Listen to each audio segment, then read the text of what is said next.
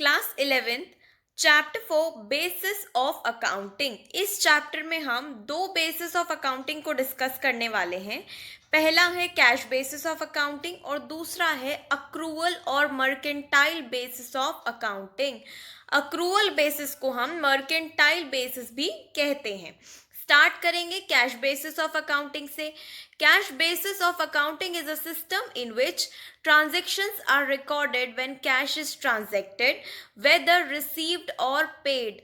इस मेथड को फॉलो करते वक्त आप ट्रांजैक्शन तब रिकॉर्ड करेंगे जब आपको कैश रिसीव हुआ हो या फिर आपने कैश पे किया हो. It means revenue is recognized on receipt of cash. Likewise, expenses are recorded when they are paid. जब आप एक्चुअली कोई पेमेंट करेंगे या एक्चुअली कोई कैश रिसीव करेंगे तभी वो ट्रांजैक्शन रिकॉर्ड होगा. Outstanding, prepaid expense, accrued income, income received in advance, ये सारी चीज़ें इस मेथड में कंसिडर नहीं की जाती हैं. अब नहीं कंसिडर की जाती हैं लेकिन फिर भी हमें ये समझना ज़रूरी है कि इन टर्म्स का मतलब क्या होता है. स्टार्ट करते हैं आउटस्टैंडिंग एक्सपेंसेस से. Expenses due but not yet paid. Outstanding expenses मतलब वो एक्सपेंसेस जो आपको पे करने चाहिए थे लेकिन आपने अभी तक पे नहीं किए हैं.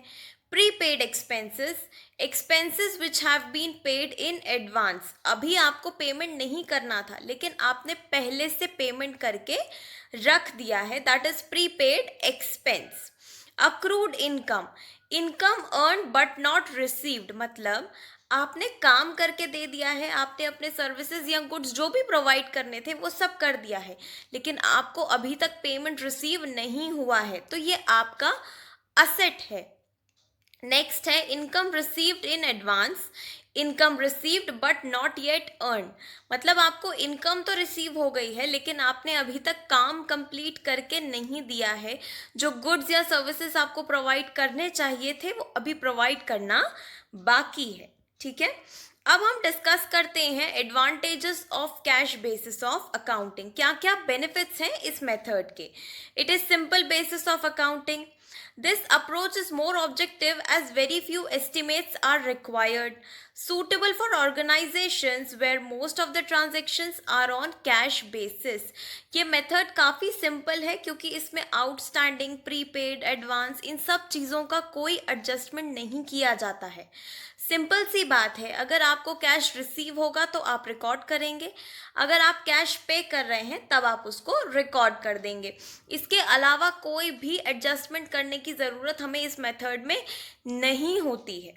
ठीक है, अब आगे बढ़ते हैं disadvantages of cash basis of accounting पे. क्या क्या लिमिटेशंस हैं इस मेथड के वो भी डिस्कस कर लेते हैं.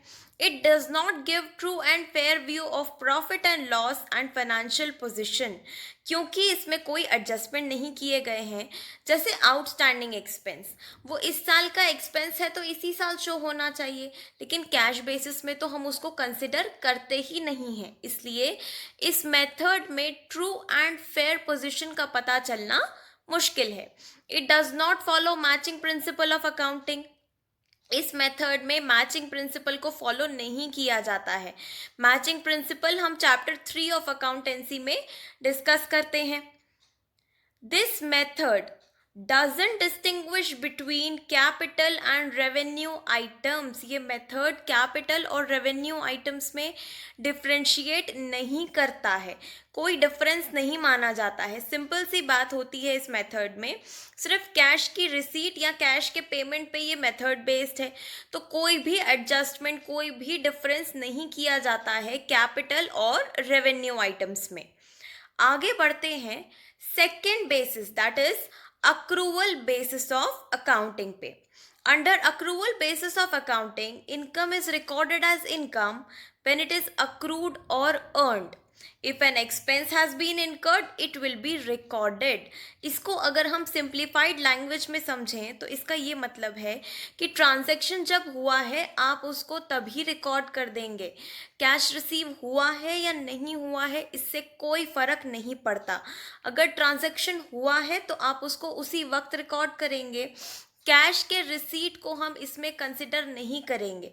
सपोज अगर आपने किसी से क्रेडिट पे कोई गुड्स खरीदे हैं, तो आपने चाहे पेमेंट अभी नहीं किया हो, लेकिन ट्रांजैक्शन तो उसी वक्त रिकॉर्ड होगा जब वो हुआ है। एक एग्जाम्पल लेते हैं, credit sale is recognised as sale irrespective of whether the payment is received और नॉट। चाहे आपको उस सेल का पेमेंट रिसीव हो या ना हो, ट्रांजैक्शन रिकॉर्ड कर लिया जाएगा। Expenses will be recorded weather the payment is done और नॉट। फर्क नहीं पड़ता कि आपने पेमेंट किया या नहीं, अगर आपने कोई एक्सपेंसेस इनकर किए हैं तो आपको उसी वक्त उसको रिकॉर्ड करना है। अक्रूवल बेसिस ऑफ अकाउंटिंग जो है वो दो प्रिंसिपल्स पे बेस्ड है। एक तो है रेवेन्यू रिकॉग्निशन और दूसरा है मैचिंग प्रिंसिपल।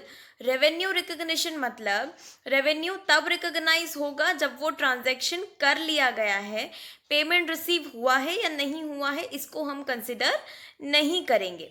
और मैचिंग प्रिंसिपल क्या कहता है, इस साल के रेवेन्यू को इसी साल के एक्सपेंसेस से मैच करना है, इसलिए हम outstanding, prepaid, income received in advance, ये सारी चीज़ों का adjustment accrual basis of accounting में करते हैं। आगे बढ़ते हैं advantages of accrual basis of accounting की तरफ। More scientific method as compare to cash basis. It shows complete picture of financial transactions of the business. क्योंकि हम इसमें हर एक एडजस्टमेंट करते हैं, हर एक चीज़ को कंसिडर करते हैं, इसलिए हम इस मेथड को कह सकते हैं कि इस मेथड से हमें फाइनेंशियल पोजीशन कंप्लीटली पता चल जाएगी। It discloses correct profit and loss for a particular period. It reflects true financial position at the end of accounting year as it adjusts items like outstanding, prepaid, advance and accrued income etc. ये चीज़ हम already discuss कर चुके हैं कि ये method scientific है, ये method true and fair view दिखाएगा क्योंकि इसमें हर एक आइटम कंसिडर किया जाएगा।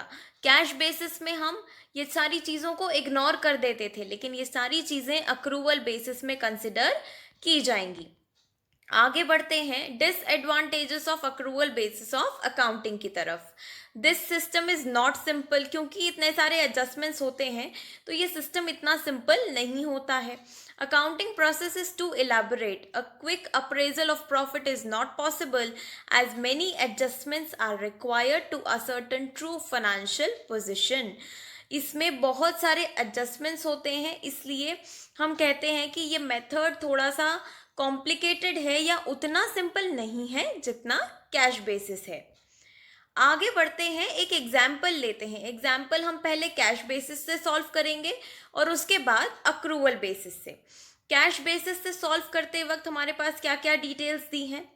Cash sales 3,90,000, credit sales 1,60,000, expenses were 2,70,000 out of which 80,000 are still to be paid.